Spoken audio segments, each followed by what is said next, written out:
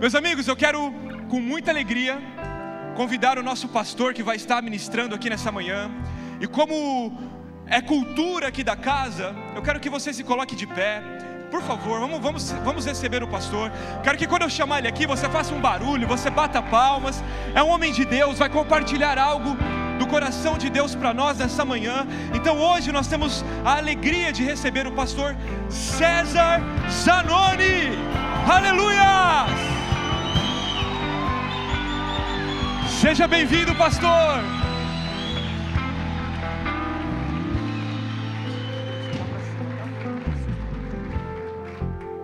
Aleluias.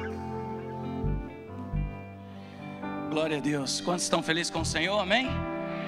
Pode sentar, por gentileza. Os irmãos vão me acompanhar.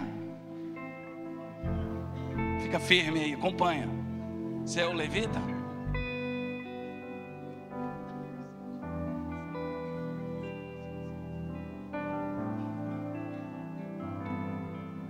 Aleluias. A presença do Espírito Santo é nítida essa manhã aqui. E eu acredito fielmente que Deus tem algo para nos entregar mais uma vez. Olha para a pessoa que está do seu lado e diga assim: irmão, o que você veio buscar? Isso é muito importante, porque às vezes nós estamos tão no automático que nós saímos de casa e estamos vindo para o culto e não sabemos o que estamos vindo buscar. Jesus, uma certa feita, ele senta num poço chamado Poço de Jacó. A casa do Senhor é o Poço de Jacó. A igreja é conhecida como Poço de Jacó. Esse poço ele não está ali à toa. A igreja não está aqui à toa. Deus chama Abraão e diz: Abraão, sai da tua terra, da tua parentela e vai para onde eu te darei. No meio do caminho, Abraão chega no Egito e cava um poço. E esse poço que ele cava, eles são soterrados. Certa feita esse poço passa de mão em mão e ele vai parar na mão de Isaac. E Isaac descava o poço e esse poço volta da água. Mas Isaac comete os mesmos erros do pai e o poço é soterrado. Então vem Jacó, e Jacó recebe de herança esse poço que era de Isaac. E eles soterram o poço novamente. Então jogam José dentro do poço. E José entra na aliança de Deus com Abraão. E tiram José desse poço que está soterrado. Então os anos se passam e vem Jesus e começa a caminhar. E esse poço passa a se tornar do povo de Samaria.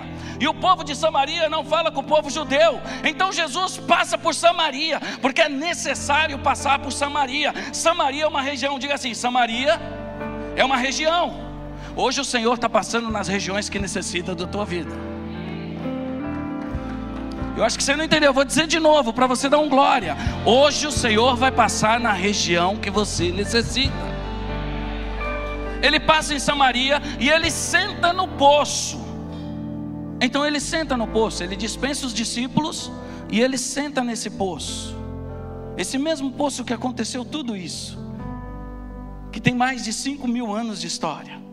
Ele senta nesse poço e ele fica aguardando uma mulher chegar, que todos os dias ao meio-dia vai naquele poço. E ele chega no poço, senta, para mostrar para vocês que todas as vezes que vocês vêm ao poço, ele já está aqui. Você nunca vai chegar antes de Jesus no poço, ele já está no poço. Mas existe uma chave nesse meio que nós não prestamos atenção. Quando Jesus chega e senta no poço, a mulher chega para buscar água. Então Jesus olha para essa mulher e diz assim: me dê um pouco de água. Jesus está dizendo para a mulher: eu quero aquilo que você veio buscar. Se você vem no culto e não sabe o que você veio buscar, você vai voltar vazio. Mas quando você vem no culto e sabe o que você veio buscar, quando você vem no poço e sabe o que você veio buscar, quando você chega no poço de Jacó, na casa do Senhor, e você sabe o que você veio buscar, Ele olha para você e fala: me dê um pouco daquilo que você veio buscar, porque um rio de água viva fluirá de dentro de você. Aquilo que você veio buscar é uma parte do rio que o Senhor tem que emanar para a tua vida. Mas se você sai de casa sem saber o que você vem buscar, não tem como o Senhor transbordar. Para Ele transbordar, você tem que sair de casa sabendo o que você vem buscar. Então, se nós saímos de casa no automático, nós temos que mudar, porque o inimigo ele vai colocando nós numa rotação que nós meio que vamos nos perdendo. E o automático faz com que nós venhamos lidar com a família no automático, lidar com os filhos no automático, lidar com negócios automático, lidar com amizades no automático e lidar com o culto no automático. E nós estamos tendo uma oportunidade única e privilegiada de louvar o Senhor. Países que eu já fui, não se pode louvar.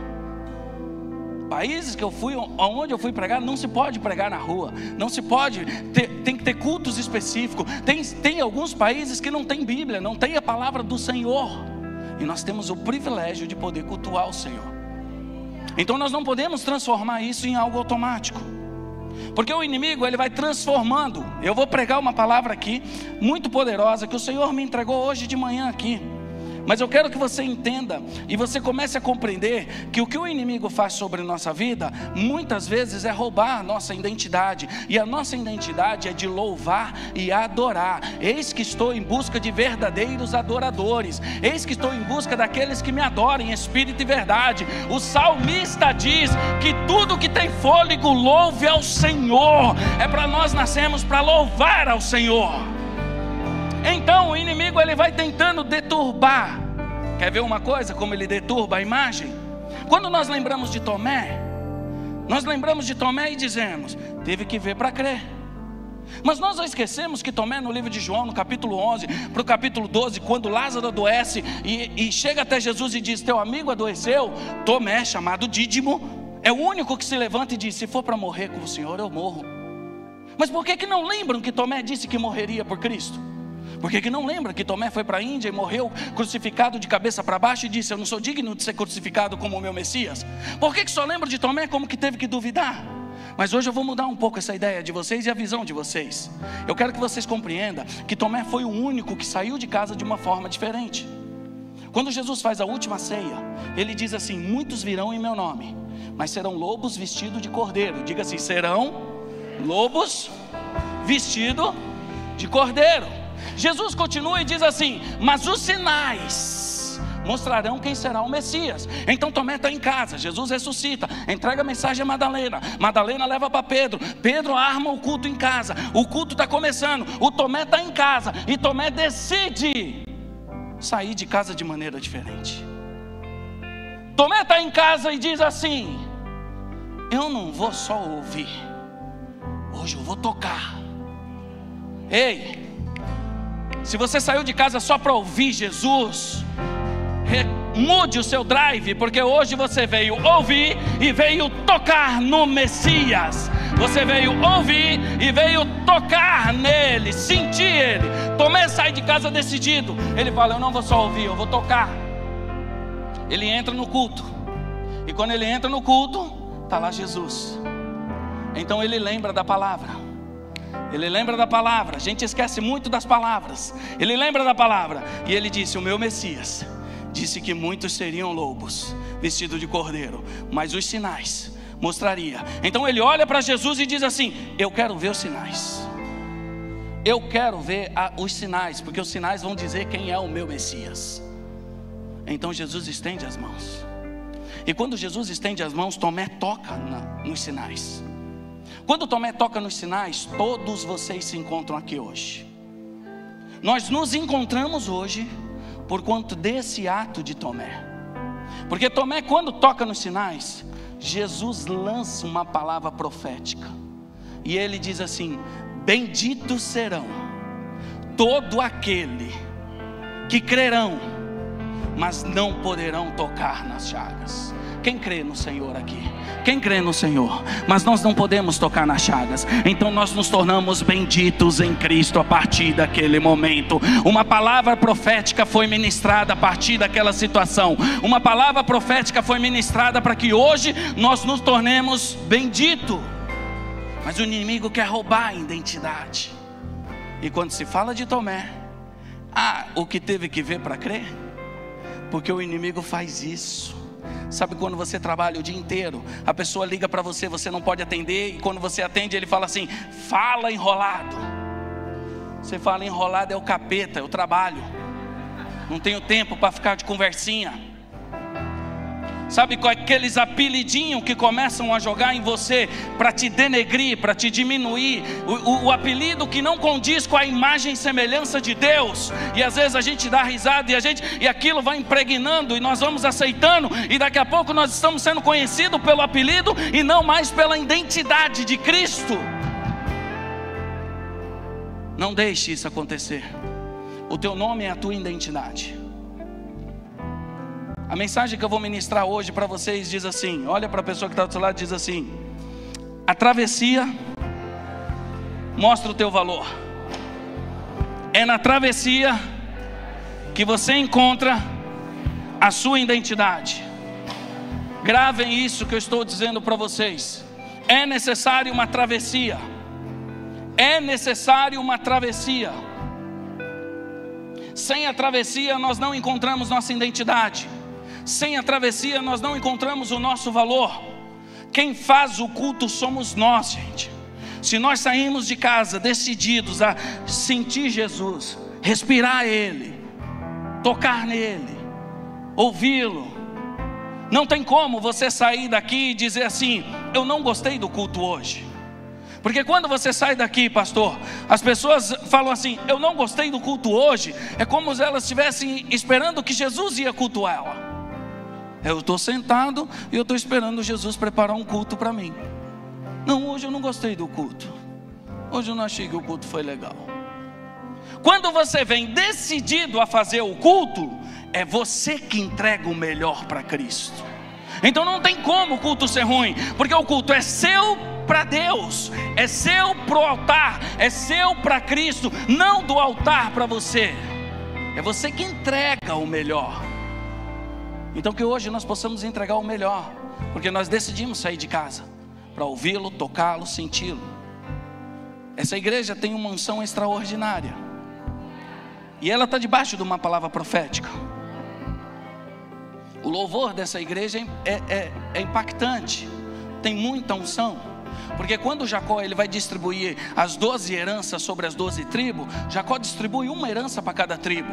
E por que Jacó distribui uma herança para cada tribo? Porque ele está dizendo: se vocês aprenderem a viver em comunhão, se vocês aprenderem a viver juntos, vocês vão prosperar. Então, a herança que está sobre a vida do pastor Felipe, eu preciso. E a herança que está sobre a minha vida, ele precisa. A herança que está sobre a vida do varão ali, o JP, o Antunes precisa. E aqui o Antunes tem, o JP precisa. É assim que nós aprendemos a conviver. Mas o que o inimigo faz? Ele não te destrói, ele te divide. Ele divide casamento, ele divide sociedade. Ele dividiu Jacó e Esaú, ele dividiu Isaac e Ismael sem Isaac ter nascido. Ele dividiu as 12 tribos, ele dividiu os filhos de Davi, ele dividiu os filhos de Salomão. Ele divide, quando divide você enfraquece. O inimigo ele está o tempo todo dividindo, ele está o tempo todo pegando as partes e colocando-as em divisões. E por que eu estou dizendo isso para vocês? Para vocês começarem a compreender e começar a entender que o processo que Deus tem para fazer na vida de vocês é um processo de união. Por isso que Jesus, quando veio, ele disse: eu e o Pai somos um só. É um processo de união. Não tem como ser unido, ser desunido e prosperar. Entenda uma coisa: esse termo Deus, Jesus nunca usou.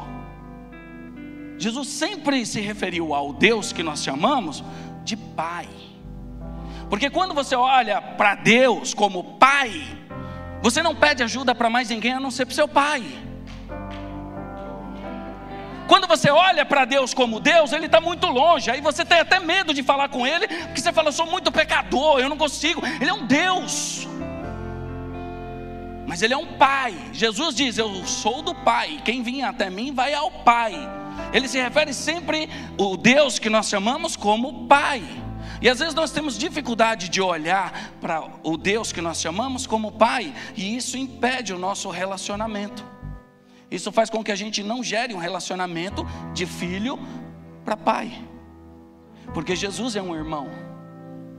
Se o Deus que a gente chama é Pai, Jesus é nosso irmão, e nós temos que nos tornar um só, para que haja essa união e venhamos receber o melhor dessa terra. Porque todos nós aqui precisamos receber o melhor. E quando você começa a compreender isso, você começa a compreender o porquê que você passa por alguns vales. Olha para a pessoa que está do seu lado e diga assim: na travessia, o Senhor está entregando o seu valor. Mais uma vez, diga assim: o meu valor está na travessia. Então vamos lá, vamos para a palavra do Senhor. Abre no livro de Marcos capítulo 4, no verso 35. Vamos trabalhar esse texto aqui. Marcos 4, 35, para vocês entenderem o valor de uma travessia. Porque às vezes nós passamos por alguns vales e nós não queremos esse vale. Nós passamos por algumas travessias e nós não queremos, porque nós estamos achando sempre que só tem Deus se nós estivermos numa situação plena. Mas a Bíblia não mostra isso. A Bíblia mostra que o Senhor está em todos os ambientes, e que há algo sobrenatural que precisa entender. Quando o Jacó ele vai distribuindo a unção sobre os 12 tribos, ele para no terceiro filho. Diga assim: terceiro. E é engraçado que o terceiro refere-se à Trindade.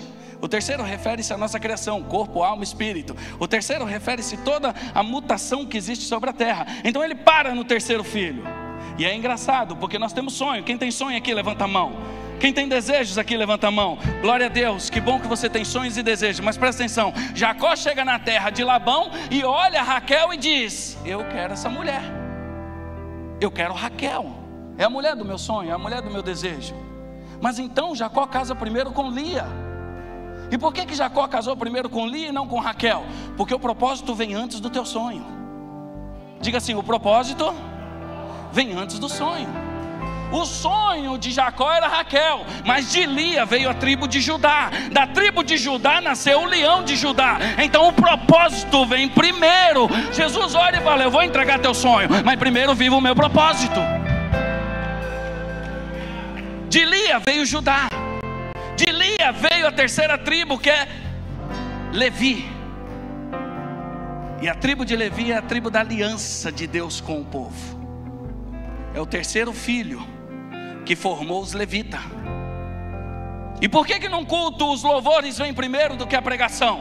Porque quando nasce Levi, Lia olha para Bila e Zilpa, e olha para Raquel também, e diz assim: hoje o Senhor me deu um menino varão, e esse menino varão que ele me deu se chamará Levi, e o Levi ligará a noiva ao noivo. Diz assim: o Levi ligará a noiva ao noivo. É por isso que os levitas, quando estão aqui, ligam a noiva, que é a igreja, ao noivo, que é Jesus, para a palavra vir e ser ministrada. Não é à toa. Nada que acontece aqui está sendo por acaso, porque nós achamos bonitinho. Tudo que acontece é um processo de Deus. Os levitas conectam a noiva ao noivo, e a palavra entra, ministra. Quando nós olhamos a tribo de Levi, Jacó olha para a tribo de Levi e diz assim: a minha herança, a herança de vocês é o Senhor. Os levitas são a única tribo que carrega a herança da presença do Senhor. É a única tribo que carregava a arca da aliança. É a única tribo que carrega algo extraordinário. Todos os outros receberam terras, receberam bens, receberam coroas, todos receberam. Mas a tribo de Levi teve que ser dividida entre todas as tribos para que elas funcionassem. Se uma tribo como a de Benjamim, que é a tribo de reis, não tivesse a tribo de Levi para ter o louvor, ela não funcionava. E esse ministério tem uma unção da presença do Senhor. E isso não é de hoje, isso vem de muitos anos. O Ministério Lagoinha, nós sabemos que carrega uma unção sobre os levitas. É como se o Senhor estivesse falando: a herança desse ministério é o Senhor. A herança desse ministério é o Senhor. Carregar o Senhor é carregar a presença de Deus aonde você for. Carregar o Senhor é ter o Emanuel dentro de você. Carregar o Senhor é ter a presença do Senhor dentro de você em todas as áreas da sua vida. Talvez você não esteja compreendendo, eu vou dizer de novo: vocês são portadores da arca de Deus. Vocês são portadores da presença, da herança de Deus. E por que eu estou dizendo isso? Porque nós imaginamos que Deus, Ele tem aliança com os judeus. Mas não. A herança de Deus não é com os judeus. A herança de Deus é com os hebreus. É diferente. É por isso que Paulo diz que os judeus terão que dobrar o joelho e confessar. Porque a herança do Senhor é com o hebreu. E para se tornar o hebreu tem um pré-requisito. E esse pré-requisito está na travessia. Quando nós lemos o texto, coloque o texto aqui por gentileza. Marcos 4, verso 35. Vamos acompanhar aqui. Naquele dia, ao anoitecer, disse aos seus discípulos: vamos para o outro lado. Continue. Pode prosseguir, vaso. Deixando a multidão, eles o levaram no barco, e assim como estava, outros barcos também o acompanhavam. Vamos lá. Levantou-se um forte vendaval, e as ondas se lançaram sobre o barco, de forma que este ia se enchendo de água. Jesus estava na polpa. Diga assim: Jesus estava na polpa. É lindo demais. Dormindo com a cabeça sobre um travesseiro. E os discípulos acordaram e clamaram: mestre, não te importa que morramos? Somente até aí. Segura. A travessia vai determinar teu valor. Olha para a pessoa que está do seu lado e diga assim: você tem um valor que você desconhece. Se eu for contratar qualquer pessoa que estiver aqui para trabalhar na minha empresa, eu vou olhar para essa pessoa e vou dizer para ela assim: quanto você vale para trabalhar? E talvez possa ser uma pessoa que diga assim: eu estou valendo $50 mil. E aí você vai olhar para essa pessoa e vai falar assim: por que você vale $50 mil para trabalhar? Seja por dia, seja por mês. E ela vai dizer assim para você assim: porque eu faço algo que ninguém faz. E aí você vai dizer assim: o que você faz? Se ela disser eu sou honesta, você pode olhar para ela e falar assim: só você é honesta nessa terra?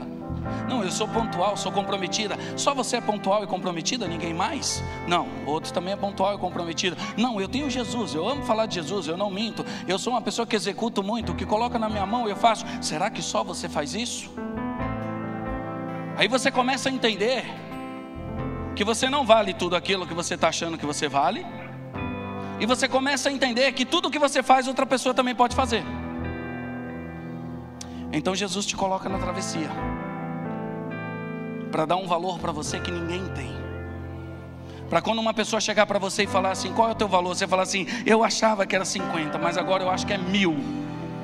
E ele vai dizer: por quê? Porque eu passei por uma estrada que ninguém passou. Eu tenho marcas sobre a minha vida que ninguém tem. Eu tenho lições de Cristo que ninguém tem. Eu fui colocado em situações que ninguém nunca foi colocado. Eu perdi família, eu perdi já trabalho, eu já morei na rua. Eu tenho situações tão difíceis que me forjaram para carregar algo que ninguém carrega. Então, a partir de hoje, toda travessia, todo deserto, toda lamaçal, toda situação que você estiver passando, começa a dar glória a Deus, porque o Senhor está te dando uma identidade e um valor que ninguém tem nessa terra. Ah, mas minha situação está muito difícil. Dá glória a Deus, porque Ele está escrevendo a tua história. Ele está te forjando. Pastor, seja mais específico. Vamos lá para as travessias. O Senhor reúne os discípulos e diz assim: passemos para o outro lado. Diga assim: passemos para o outro lado. Ele está dizendo para os discípulos: nós temos que chegar até Gadara, mas vocês não vão sozinhos. Passemos, eu vou com vocês. É como o Senhor estivesse dizendo: vocês vão para o Canadá, mas vocês não vão sozinhos. Eu vou com vocês. A primeira palavra que veio para os discípulos é: passemos. Quando Jesus ele diz passemos, ele está ordenando, ele está dizendo: entrem no barco. Ele não pediu por favor, vocês podem entrar no barco. Ele não disse por gentileza, alguns de vocês querem ir, outros querem ficar. Não, ele disse: entrem no barco. Foi uma ordem. Então todos entraram dentro do barco, e Jesus entra no barco. E quando Jesus entra no barco, ali começa uma travessia. E essa travessia ela é importante, porque essa travessia vai gerar a aliança desse povo com Jesus. Existe uma aliança que precisa acontecer. Para você vencer na vida, você precisa ter alguns tópicos. Você precisa ter algo que o Senhor ensina nas Escrituras. Por isso que nós não podemos perder o time de ler a palavra. Em Josué 1:9, Deus olha para Josué e diz assim: Josué, não se livre desse livro da tua boca. Medita nele de dia e de noite, para que tudo o que você for fazer, você prospere. Para você prosperar, você tem que meditar nesse livro de dia e de noite. Porque aqui estão chaves para fazer você entender o que está acontecendo na tua vida. Você não pode ficar longe desse livro. Então a aliança do Senhor começa através da travessia. Imagina, Jesus aos 12 anos, ele vem, entra na sinagoga e ele começa a recitar o livro de Isaías. Ele entra na sinagoga e ele começa a contar o que aconteceu no livro de Isaías. Os fariseus, os saduceus, os conhecedores da lei, olham para aquele menino e dizem assim: quem é este que aos 12 anos está recitando Isaías? E por que eles ficaram abismados? E diga assim: Jesus não tinha autoridade para falar sobre aquilo. Então Jesus ele se afasta dos 12 anos e fica 18 anos escondidos. Dentro desses 18 anos que Jesus ficou escondido, Jesus ficou ouvindo todas as pessoas falarem, dando ordem, dando direção, conduzindo a vida dele. E ele passa 18 anos sem a Bíblia mencionar nada sobre ele. Quando ele completa 30 anos, ele adquire a maioridade. E quando ele adquire a maioridade, ele adquire uma coisa chamada autoridade. Diga assim: Jesus adquiriu autoridade, o direito de falar. Tem muita gente que trabalha, mas não busca ter autoridade no seu trabalho. Como você vai falar de alguma coisa que você não tem autoridade? Adquire autoridade e depois comece a falar. Se você adquirir autoridade, as pessoas vão parar para te ouvir. Quando você não tem autoridade, ninguém te ouve. As pessoas só me escutam porque eu adquiri 20 anos estudando esse livro. Para as pessoas entenderem, parar e falar assim: meu Deus, você fala da Bíblia de uma forma que eu... É porque foram 20 anos, você adquire uma autoridade. Aí as pessoas passam a te ouvir. A pessoa quer ser um levita, adquire autoridade. A pessoa quer ser um pregador, adquire autoridade. A pessoa quer ser um cabeleireiro, adquire autoridade. A pessoa quer trabalhar com TI, adquira autoridade. E para adquirir autoridade leva tempo. Não tem como você adquirir autoridade da noite para o dia. Cuide do seu interior, da ansiedade, do relógio que você coloca para trabalhar, porque o tempo vai te dar uma autoridade que você vai conseguir falar. Jesus adquire autoridade. Quando Jesus adquire autoridade, ele sai da cidade dele e ele vai pro deserto encontrar com João Batista. Essa travessia de Jesus até aí, João Batista leva ele para o Jordão. Diga assim: Jesus foi para o Jordão. Porque a segunda parte que nós precisamos entender é que nós só vencemos na vida quando nós temos autoridade e quando nós temos aliança. E para ter aliança você precisa descer as águas. Nós vamos ter o batismo. quem não batizou se prepare, porque a herança do Senhor é com os hebreus. Tem uma travessia pelo Jordão. Se não passar pelas águas, não vai fazer parte do povo. Você precisa. Então Jesus, ele imediatamente, ele desce as águas, o céu se abre, a pomba aparece, a voz acontece: esse é meu filho amado. Então Jesus firma uma aliança. Tem muita gente querendo vencer na vida e não tem aliança. Presta atenção. Jesus, quando transforma a água em vinho, no capítulo 2 do livro de João, estava acontecendo o que nesse momento? O que estava acontecendo em João capítulo 2? Que ele transforma a água em vinho. Diga assim: um casamento. Diga assim: o casamento. Um casamento. Então Jesus faz um milagre, transforma a água em vinho. E no casamento tem o que? Casamento tem o que? Então nós sabemos que para ter milagre na tua casa tem que ter aliança, senão não vai ter milagre. É prático. Está tendo aliança? Vai ter milagre aqui, fica tranquilo. Quem tem aliança com o Senhor, levanta a mão. Vai ter milagre na tua vida. Vai ter milagre na tua vida. Vai ter milagre na tua vida. Vai ter milagre na tua vida. Vai ter milagre na tua vida. Saindo dali, Jesus é levado ao deserto e faz 40 dias de propósito. Então Jesus faz essa travessia para começar o ministério dele. Jesus, quando entra no barco aqui, ele fala: nós temos uma travessia, mas eu vou fazer algo diferente com vocês, discípulos. Ele falou: os discípulos entraram no barco e estão esperando a ordem. Então Jesus, ele vai lá para a polpa. E quando ele vai para a polpa, ele dorme. E quando ele começa a dormir, Jesus está dizendo para os discípulos: vocês foram criados nesse mar, vocês conhecem esse mar. Então eu vou provar vocês aonde vocês acham que vocês são mais experientes. Eu vou provar vocês aonde vocês acham que vocês dominam.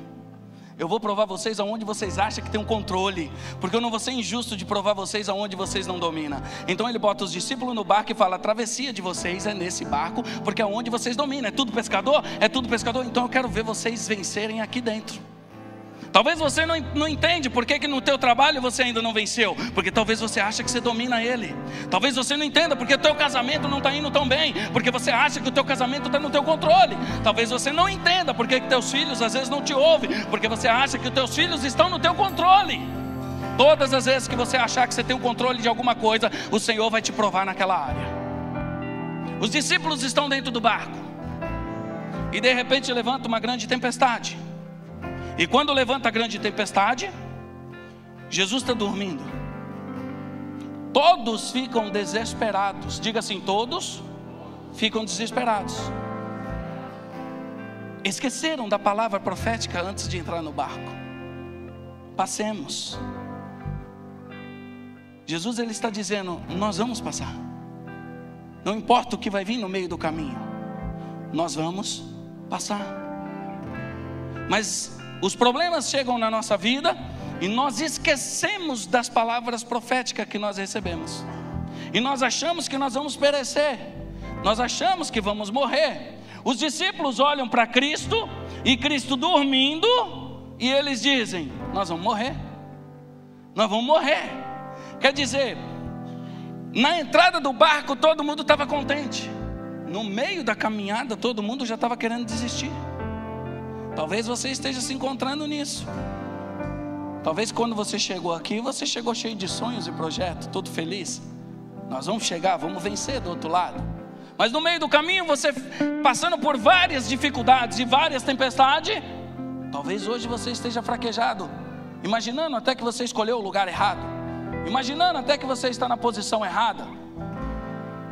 E os discípulos estão lá desesperados. Porque todas as vezes que o que está acontecendo exteriormente mexer com o teu interior, a tua cabeça bagunça e você desiste. A tempestade externa estava mexendo dentro do barco e Jesus estava dormindo.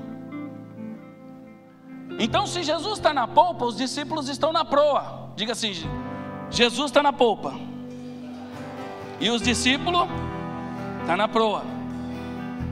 Então os discípulos estão na frente do barco, a proa, e Jesus está no fundo do barco, na polpa. Então os discípulos estão em primeiro, na frente do barco. e Jesus está na polpa. Diga assim: o segundo é maior que o primeiro. O segundo é maior que o primeiro. Primeiro veio Adão, caiu no deserto. Segundo veio Jesus, venceu no deserto. Primeiro veio Saul, segundo veio Davi. Primeiro veio José, governador. Segundo veio Benjamim, rei de Israel. Primeiro veio Esaú, segundo veio Jacó, pai das 12 tribos. O segundo sempre é o maior. Quando você coloca Jesus em primeiro na tua vida, Ele te coloca em segundo. E o segundo se torna maior que o primeiro, porque Jesus se torna o segundo. Compreendam isso que eu estou dizendo. Jesus é o primeiro, você é o segundo. O segundo é maior que o primeiro. Jesus diz assim: vocês farão coisas maiores do que eu fiz, porque vocês foram preparados para ser maior do que eu. Vocês foram preparados para ser maior do que eu. Eu vim nessa terra para cumprir uma missão, mas vocês farão coisas maiores. Mas quando vocês querem fazer tudo em primeiro, vocês me colocam em segundo. Eu não consigo mudar a vida de vocês. Eu sou o primeiro, vocês se tornam segundo em todos os planos. Então Jesus se coloca em segundo dentro do barco. E é engraçado que se Jesus está em segundo, Ele está lá no travesseiro, e o travesseirinho sempre fica bem na cabine do comandante, porque Jesus ele entra no barco e se posiciona num lugar estratégico, aonde Ele senta no comando, mas Ele deixa o controle na polpa. O controle da vida de vocês está na mão de vocês, mas o comando da vida de vocês está lá na polpa. O comando está na polpa. Quando a tempestade acontece, os discípulos começam a tentar acordar Jesus e não acorda. Isso é para você compreender que tem coisas na vida de vocês que estão acontecendo e que vocês estão falando com Deus e Ele ainda não agiu, mas quando Ele levantar vai acontecer isso aqui. Presta atenção, Jesus acordou, e quando Jesus acordou, Ele olha e Ele pergunta para os discípulos o que está acontecendo? Não, Jesus não pergunta para ninguém o que está acontecendo. Jesus levanta e repreende o vento, porque não é porque Jesus não te respondeu que Ele não sabe o que está acontecendo na tua vida. Não é porque Ele não respondeu na hora que você quis, na hora que você queria, do jeito que você queria, que Ele não sabe o que você está passando. Ele sabe o que você está passando, Ele sabe o que você está precisando, Ele sabe o momento da tua vida, e a hora que Ele levantar, Ele vai dar ordem, vai cessar o problema. Presta atenção, os discípulos estavam dentro do barco, a visão do homem. Os discípulos estão dentro do barco com um balde tirando a água. Jesus, quando acorda, Ele pega o balde? Não. Entenda, gente, não há possibilidade de seguir a vida sem Jesus, nenhuma. Entenda essa passagem, pelo amor de Deus. Olha, Jesus quando acorda, Ele olha pro vento. Os discípulos achavam que o problema era a água, mas o problema era onde o olho não enxerga.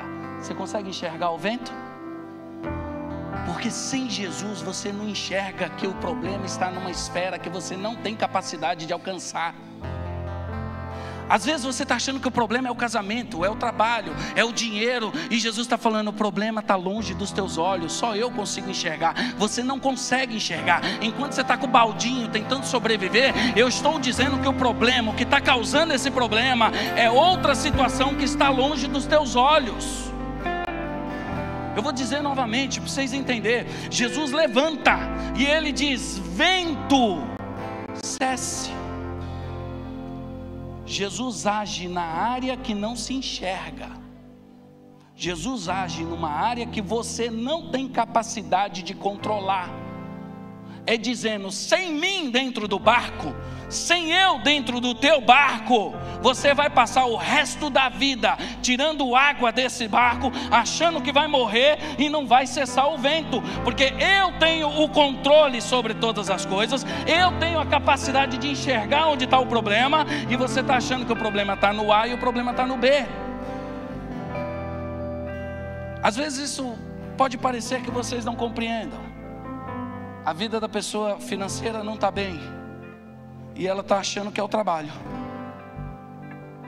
E Jesus está falando, não tem nada a ver com o trabalho. Às vezes você está no seu casamento e começa a discutir por conta dos seus filhos, e termina a discussão dizendo, vamos separar, porque você acha que o problema é o casamento, e o problema não está ali. O problema está no vento que você não enxerga, e que você precisa de Jesus dentro desse barco. Sem o Jesus no barco, cuidando da sua travessia, você não vai vencer, você vai passar o resto da vida com o baldinho na mão. Quando Jesus repreende o vento, as águas se acalmam e para de entrar dentro do barco. Jesus se levanta, e os discípulos olham para Jesus e dizem assim, quem é esse homem? Então naquela travessia, eles passam a conhecer Jesus de uma forma diferente. Eles dizem, quem é esse que controla o vento e o mar?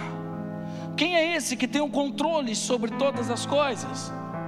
Jesus mostrou naquela travessia o poder dele sobre situações que eles não conseguiam enxergar. É como nós olhamos o povo no Egito. O povo é todo escravo no Egito. Diga assim, o povo é escravo no Egito. Então todos trabalhando. Olha que profundo é a palavra do Senhor. Pega essa chave aqui, pega essa mensagem aqui. O povo trabalhava para comer. Diga assim, o povo trabalhava para comer. Então Deus levanta Moisés, tira o povo do Egito e põe o povo na travessia. Mas presta atenção aqui, ó. A herança do Senhor é com os hebreus. Diga assim, a herança do Senhor é com os hebreus. Tem que ter aliança, tem que passar pelas águas. Então quando eles saem do Egito, qual é a primeira coisa que eles fazem? Passa pelas águas do Mar Vermelho. Se não passar pelas águas, não consegue passar na travessia. Tem que passar nas águas. Naamã chega para Eliseu e diz, eu preciso ser curado. Eliseu diz, passa no Jordão. Se tu passar pelo Jordão, vai ser curado. Passa lá no Jordão que você vai ser curado. É engraçado falar sobre isso, porque Jesus, ele morre e ele sobe, ressuscita e sobe. Então vem Saulo a caminho de Damasco. E quando Saulo entra no caminho de Damasco, Damasco quer dizer lugar de grandes águas. Damasco quer dizer lugar de muitas águas. Quando Saulo entra na estrada da travessia das águas, aí Jesus fala, eita, demorou tanto para você chegar aí. E aí Jesus vem e encontra com Saulo, derruba ele do cavalo, porque ele está na travessia das águas da estrada de Damasco. A travessia te dá seu valor. Deus passa o povo pelo Mar Vermelho, e eles chegam no deserto. Quando eles chegam no deserto, Deus inverte. Diga assim, Deus é campeão em inverter situações. Então presta atenção, quando o povo está lá no deserto, Deus fala assim, Moisés, a regra aqui é diferente, a banda aqui toca diferente. Lá no Egito, eles trabalhavam para comer, aqui é diferente. Aqui eles vão comer e depois vão se levantar para ir trabalhar. Eu vou dizer de novo, quando você se levanta para trabalhar, para comer, você está vivendo o Egito. Quando você vive na provisão de Deus, Ele diz, acalma teu coração, come do maná. Quando a nuvem andar, você anda. Se a nuvem não andar, você não anda. Se a nuvem andar, você anda. Se a nuvem não andar, você não anda. Ande debaixo da presença de Deus. Primeiro, come do maná. O maná você se alimenta no domingo no culto, na quinta no culto. Você vem para o culto, você está comendo o maná, a palavra de Deus. Quando você come do maná, a nuvem se anda, e segunda-feira você sai para trabalhar, porque você só anda debaixo da palavra de Deus.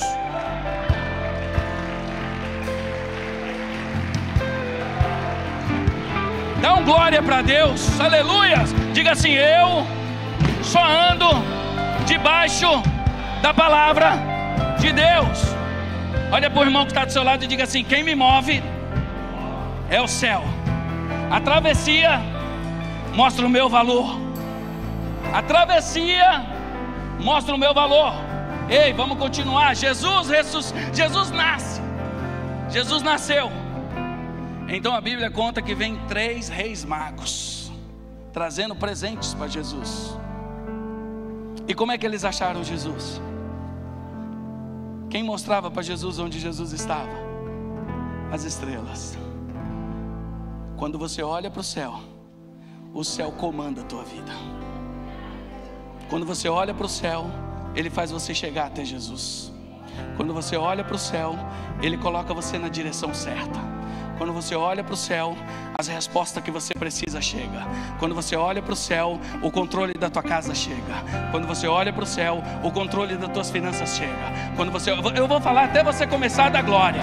Quando você olha para o céu, algo extraordinário acontece. Quando você olha para o céu, algo sublime acontece. Quando você olha para o céu, a cura chega na tua casa. Quando você olha para o céu, transforma a tua vida sentimental. Quando você olha para o céu, a tua vida ministerial muda. Quando você olha para o céu, algo sobrenatural está vindo. Quando você olha para o céu, provisões de Deus para a tua casa. Quando você olha para o céu, algo novo dentro da tua empresa. Quando você olha para o céu, algo super está chegando.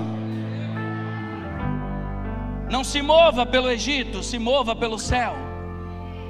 Receba a palavra e conduza a tua vida debaixo da palavra. Só se mova quando a nuvem se mover. Só ande quando a nuvem andar. Porque se você sair desesperado para o trabalho sem a palavra, você está no Egito. E no Egito não tem prosperidade. Prosperidade está debaixo da nuvem. Debaixo da nuvem tem prosperidade.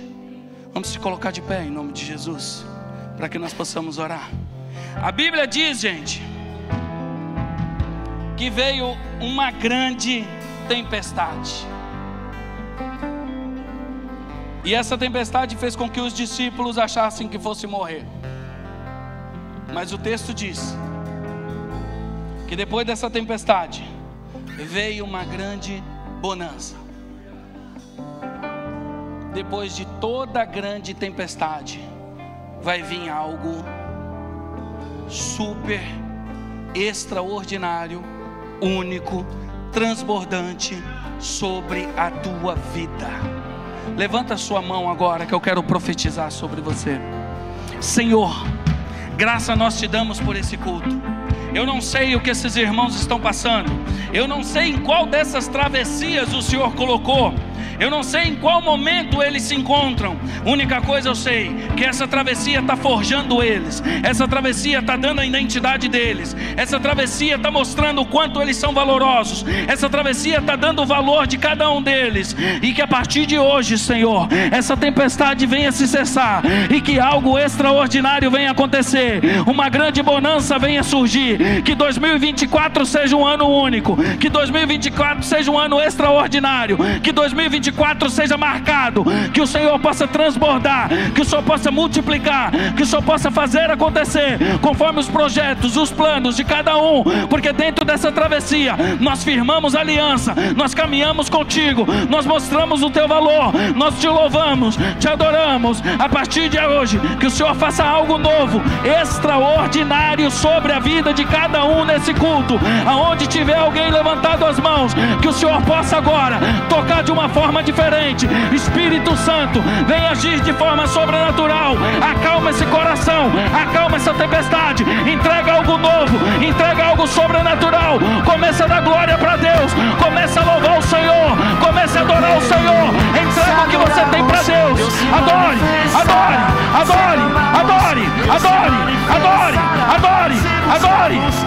te manifesta.